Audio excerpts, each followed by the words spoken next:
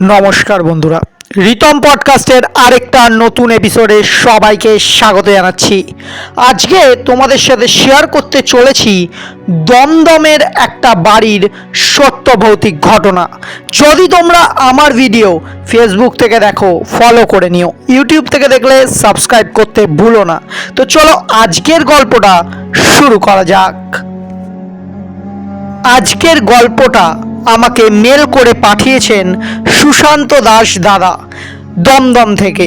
দাদা যেভাবে গল্পটা মেল করেছে তোমাদের সামনে ঠিক সেইভাবে তুলে ধরার চেষ্টা করলাম।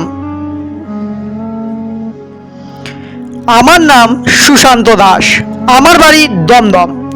আজকে যে ঘটনাটা তোমাদের সাথে শেয়ার করব সেটা আমার সাথে খুব রিসেন্টলি ঘটে, 2024-এর মার্চ মাসে। প্রথমত বলি, আমি একজন কলকাতা পুলিশের চাকরি করি। তো কলকাতা পুলিশের চাকরি করার সময় আমি, আমার স্ত্রী আর আমার 8 বছরের ছেলেকে নিয়ে আমি একটা বাড়ি কিনি। জমি শুদ্ধ বাড়ি বিক্রি হচ্ছিল, সেখান থেকে আমি কিনি একজন দালাল ধরে। বাড়িটা যখন আমরা দেখতে চাই, বাড়িটা যথেষ্ট সুন্দর লাগে। দমদমের মধ্যে এরকম বাড়ি আর প্রচণ্ডই কম দামে পেয়েছি, আদার্স বাড়ির থেকে প্রচণ্ড কম। বাড়িটার লোকেশনটা আমি একটু বলে দিচ্ছি, পুরোটা আমি এক্সপ্লেন করছি না। দমদম স্টেশন থেকে কিছুটা দূরে গেলে একটা মাঠ পড়ে, সেই মাঠের ওখানে বাড়িটা, একদম রোডের ওপরে, 5 মিনিট গেলেই রোড। তোমরা টোটো অটো সব পেয়ে যাবে। ওরম জায়গায় এত কম দামে একটা বাড়ি পেয়ে আমি আর দেরি না করে কিনে নিই। বাড়িটা কেনার পর প্রথম 3 মাস খুব ভালো কেটেছে। 2023-এর লাস্টের দিকে কিনেছিলাম, 2024-এর মার্চ মাস। ঘটনাটা ঠিক এরকম, মানে সাংঘাতিক ঘটে আমাদের সাথে, যেটা এখন ভাবলে আমাদের বুক কেঁপে ওঠে। ঘটনাটা এরকম ঘটে 2024 ওই ফেব্রুয়ারি মাস, ওরকম টাইমে না, আমরা মাঝে মাঝে আমাদের ঘর থেকে নানান রকম আওয়াজ শুনতে পারতাম, নানান রকম আওয়াজ। তো আমাদের ঘরটার একটু বর্ণনা দিই। 2 তলা বাড়ি, ফার্স্ট একটা, ওপরে একটা আমাদের ঘর রয়েছে, আর নিচে আমাদের একটা রুম, বাথরুম পায়খানা সব অ্যাটাচ করা, দুটো রুমেই। তো ফেব্রুয়ারি মাসে না প্রথম আমরা কিছু কিছু আওয়াজ পেতাম, মানে একটা ছেলে কণ্ঠ পেতাম, কোনো সময় মেয়ে কণ্ঠ পেতাম, মনে হতো কেউ পেছনে দাঁড়িয়ে দাঁড়িয়ে কাঁদছে। এবার আমি তো অফিস চলে যেতাম, ডিউটি করতে চলে যেতাম। ঘটনাটা বেশিরভাগ ফিল করেছে আমার ওয়াইফ। আমি যখন বাড়ি ফিরতাম, আমার ওয়াইফ আমায় বলতো ও নাকি ফিল করে, ও যখন আমার ছেলেকে পড়ায় ঘরে বসে বসে, ঠিক সন্ধ্যাবেলাটা 7টার পর, ও 6টা সাড়ে 6টায় আমার ছেলেকে পড়তে বসায়। তো সেই টাইমে কিছু হয় না, ঠিক 7টা বেজে যাবে, তারপরে ও ফিল করে, ও একতলায় পড়ায়, তো সেকেন্ড ফ্লোরে নাকি একটা পায়ের শব্দ আসে, মনে হচ্ছে কেউ দৌড়াদৌড়ি করছে। আবার কোনো সময় মনে হচ্ছে ও যে রুমটাতে আমাদের ছেলেকে পড়াচ্ছে, ওই রুমের দরজায় এসে কেউ দাঁড়িয়ে ওকে দেখছে, কিন্তু ও যতবার তাকাচ্ছে কাউকে ও দেখতে পাচ্ছে না। আমি ওকে অনেকবার বলেছি হতে পারে তোমার মনের ভুল, ও এই ব্যাপারটাকে সিরিয়াসলি নেয়নি অত। গল্পটা আরও সাংঘাতিক হয়, দিনটা ছিল তোমার বুধবার, ডেটটা আমার ঠিক মনে নেই, মার্চ মাসের কোনো একটা ডেট হবে। মার্চ মাস পড়েছে তখন, সবে সবে প্রথম দিকে, 1 থেকে 10 তারিখের মধ্যে। আর রবিবার আমি বাড়িতে ছিলাম, আমি বাজার করতে গেছি, বাজারে একটুখানি মাংস নিয়ে এসেছি। তো আমার ওয়াইফ রান্না করছে, আমি স্নানে গেছি, আর আমার ছেলে ড্রয়িং রুমে, মানে ওই আমাদের যে কিচেনের পাশেই ড্রয়িং রুম আছে, ওখানে বসে ও আঁকাআঁকি করছে। ঠিক আমি বাথরুম থেকে বেরালাম, আমি দেখলাম আমার ছেলে আমার ওয়াইফের পেছনে দাঁড়িয়ে আছে। আমি হেঁটে আমার ছেলেকে ক্রস করে আমি ঠিক ড্রয়িং রুমে গিয়ে, আমি স্নানে যেহেতু গেছিলাম, আমার টাওয়ালটা শোকাতে দিয়েছি, আমি দেখলাম আমার ছেলে ড্রয়িং রুমে বসে রয়েছে। জিনিসটা আমার ঠিক অদ্ভুত লাগলো। আমি আবার না খুব স্পিডে একটুখানি দৌড়ে গিয়ে দেখলাম, কিচেনে গিয়ে দেখি না আমার ওয়াইফ একাই দাঁড়িয়ে রান্না করছে ওখানে। ঠিক সেই টাইমটাতে আমার একটুখানি মনে হলো যে না, যেটা হলো সেটা একটু অন্য কিছু হলো। তাও অত কিছু আমি না ভেবে জিনিসটাকে নেগেটিভ নিলাম না, আমি আমার মতো কাজ করছি, আমার ওয়াইফ এবার স্নানে গেছে, আমার ছেলে আঁকাআঁকি করছে নিজের মতো। আমি কাজ টাজ করে ঠিক দুপুর 2টো বাজে আমার ওয়াইফ বাথরুম থেকে বেরিয়ে বললো সেকেন্ড ফ্লোরে আজকে খাবো। তাহলে ঠিক আছে চলো।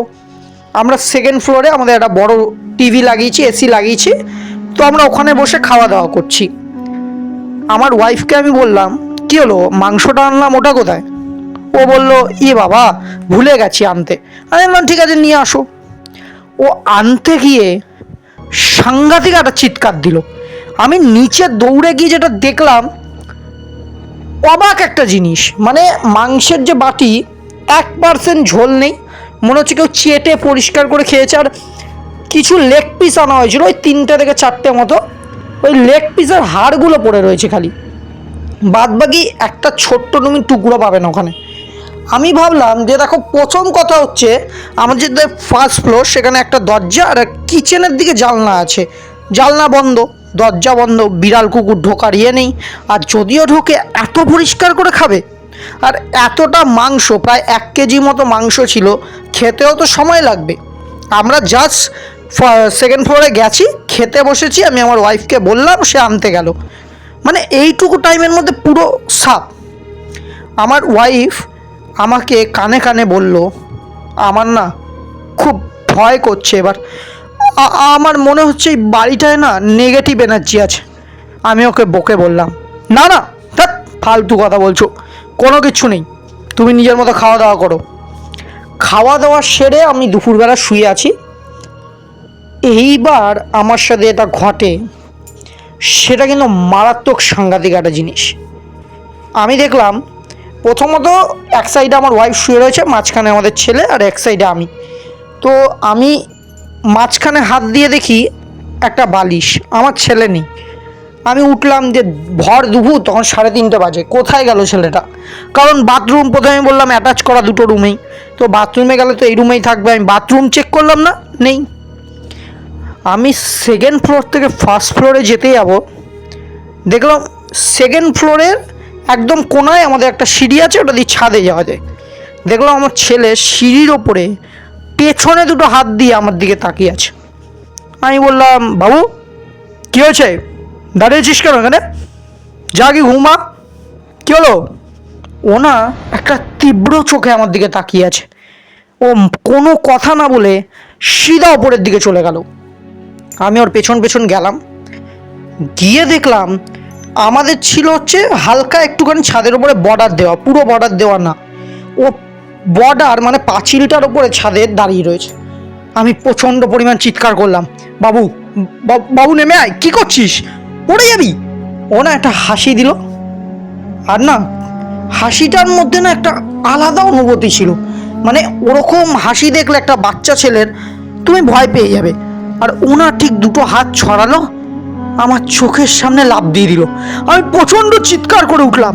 আমার চিৎকার শুনে আমার ওয়াইফ আসলো, তখন এসেও দেখছে আমি লিটারালি হাউমাউ করে কাঁদছি। আমি প্রচণ্ড কান্নাকাটি করছি, জি বাবু পড়ে গেছে, বাবু পড়ে গেছে।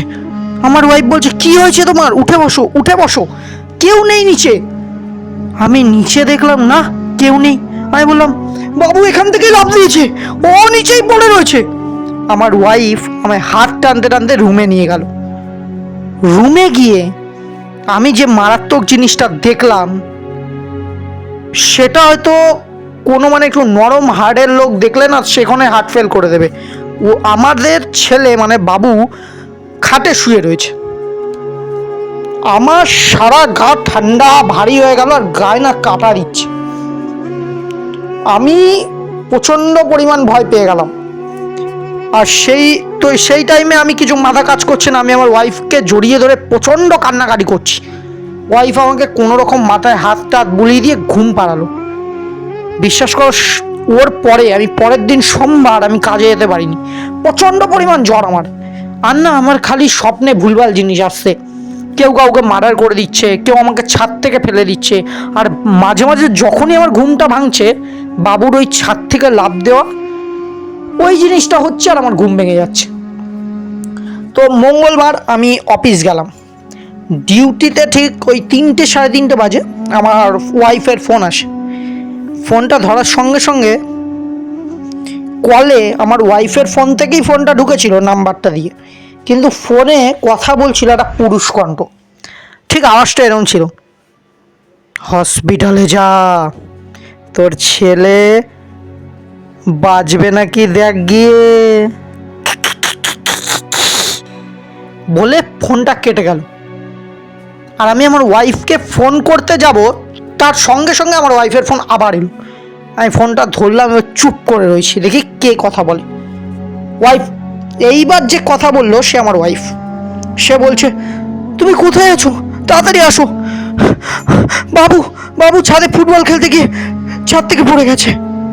আমি কোনো দিক না ভেবে দমদমের যে হাসপাতাল আছে একটা, আমি নামটা নিলাম না, সিধা ওই হাসপাতালে গেলাম।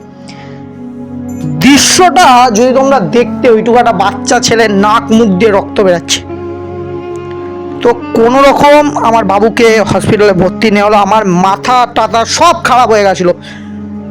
যত টাকা লেগেছে আমরা দিয়েছি, যা করেছি, কোনো রকম আমার বাবু জানে বেঁচে গেল। ডাক্তার এটাও বললো যে আরেকটু দেরি হলে হয়তো ওকে বাঁচানো যেত না। আমার সারা শরীর সেই টাইমে কাজ করছে না, মাথা কাজ করছে না যে হচ্ছেটা কি। বাবু যখন একটু সুস্থ হলো, হসপিটালে বেড়ে দেওয়া হলো ওকে, আমি ওকে জিজ্ঞেস করলাম, তুমি ছাদে ফুটবল খেলতে কেন গেছিলে? তোমাকে বলেছিলাম না ছাদে যাবে না। ও বলল, তুমি তো নিয়ে গেলে আর তুমি তো আমায় ফেলে দিলে ছাদ থেকে। আমি বললাম, আমি তো ডিউটি গেছিলাম, আমি কি করে ফেলবো? না, তুমি বাড়ি এলে ফুটবল নিয়ে, এসে বললে আয় বাবু ছাদে চ খেলবো, বলে বলটাকে একদম কোনায় ছুটে দিলে। আমায় বললে বলটা নিয়ে আয়, যে আমি আনতে গেলাম, আমাকে কোলে নিলে, নিয়ে ছুঁড়ে ফেলে দিলে। আমি আমার ওয়াইফের দিকে তাকালাম, ওয়াইফ আমার দিকে তাকালো। আমরা দুজন বেরিয়ে আসলাম, মানে হসপিটাল থেকে বেরিয়ে আসার পরে এইবার আমরা আলোচনা করলাম জিনিসটা যেটা হচ্ছে, এটা নেগেটিভ জিনিস হচ্ছে। আমরা এবার পুরো বুঝতে পারছি যে জিনিসটা এটা হচ্ছে নেগেটিভ হচ্ছে, ও বাঁচতে দেবে না ঘরের কাউকে। তো সেই রাতে তার বাবুকে আনতে যাওয়া হলো না, কারণ তখনও ডাক্তার ওকে রিলিজ করেনি। তো আমরা মোটামুটি ওই 8টা-9টার দিকে বাড়ি ফিরলাম, আমি আমার ওয়াইফকে নিয়ে। ঘরটা খুলে প্রথম যে জিনিসটা আমার নজরে এলো, আর আমার ওয়াইফ তো প্রচণ্ড ভয় পেয়ে গেছিলো। আমাদের যে দেয়ালটা, মানে ঘরের সদর দরজা খোলার পরেই একটা দেয়াল পড়ে সোজাসুজি, বিশ্বাস করবে না, একটা লাল রক্ত, একদম ডিপ লাল পুরো দেয়াল জুড়ে। আর আমাদের একদম ঘরে ঢোকার বাদিকেই পড়বে হচ্ছে তোমার ঠাকুর ঘর, লন্ডভন্ড করা। পুরো ঘরের একটা জানলা খোলা নেই, মানে একটা ইঁদুরও ঢুকতে পারবে না ঘরে, বিড়াল কুকুর তো অনেক দূর। তো পুরো ঘর লন্ডভন্ড। আর আমাদের না ঠাকুরের একটা ঘটি ছিল, ওটার মধ্যে গঙ্গার জল ছিল কালী ঠাকুরের পায়ের। ওই মানে কালী ঠাকুরের পায়ের একটা জবা ফুল দিয়ে গঙ্গার জল ছিল, পুরো ছিটকে ফেলে দিয়েছে ওটা।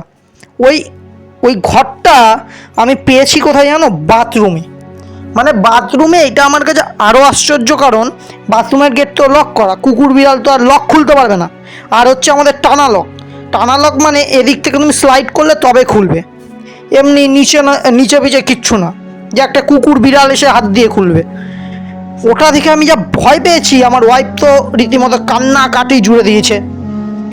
আমি এবার বুঝলাম জিনিসটা হচ্ছে, এটা খারাপ হচ্ছে, কিছু একটা করতেই হবে, নাহলে এইভাবে তো বাঁচা যায় না।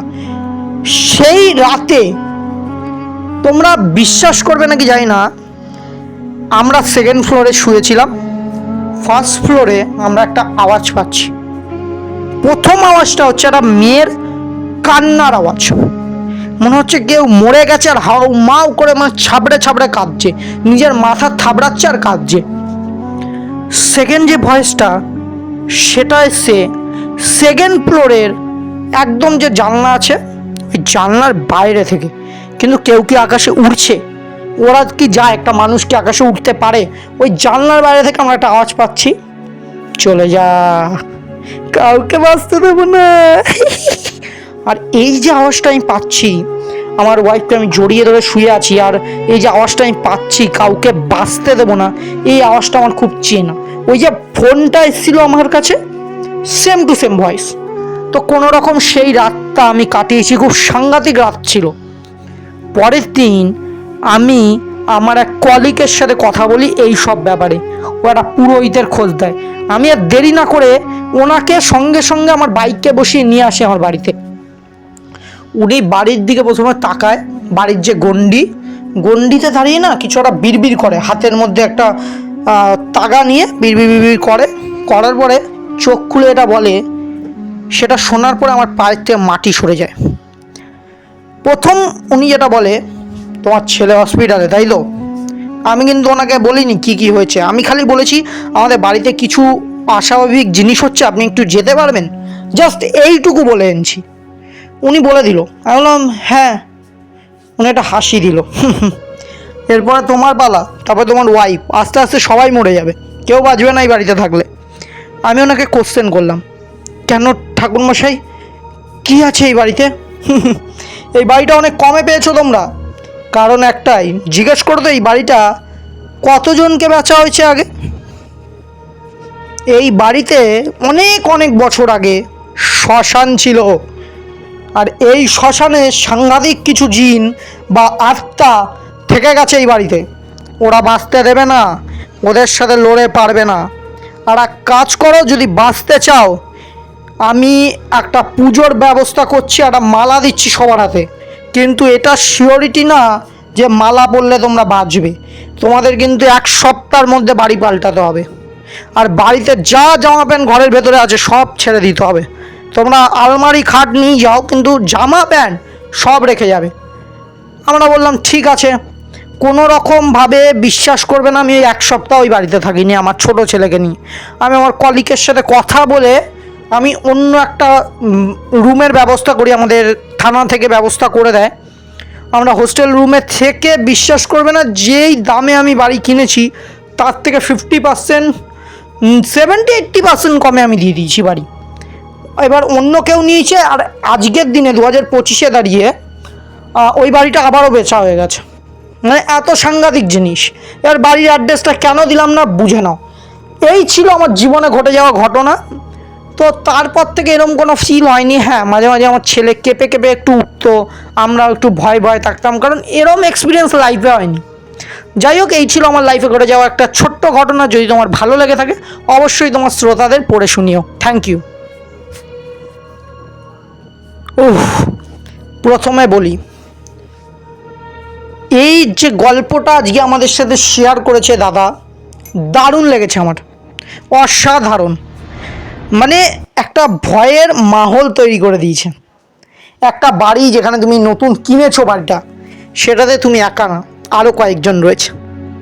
ভেবেই দেখো কেরম ব্যাপার। যাই হোক, গল্পটা যদি ভালো লেগে থাকে শেয়ার করে তোমার বন্ধুদেরও ভয় পাওয়ার সুযোগ করে দাও। লাইক, শেয়ার, সাবস্ক্রাইব করে দিও। কমেন্টে জানিও গল্পটা কেরম লাগলো। দাদা, আরও এরম গল্প থাকলে তুমি পাঠাতে পারো। আজকের জন্য এইটুকু।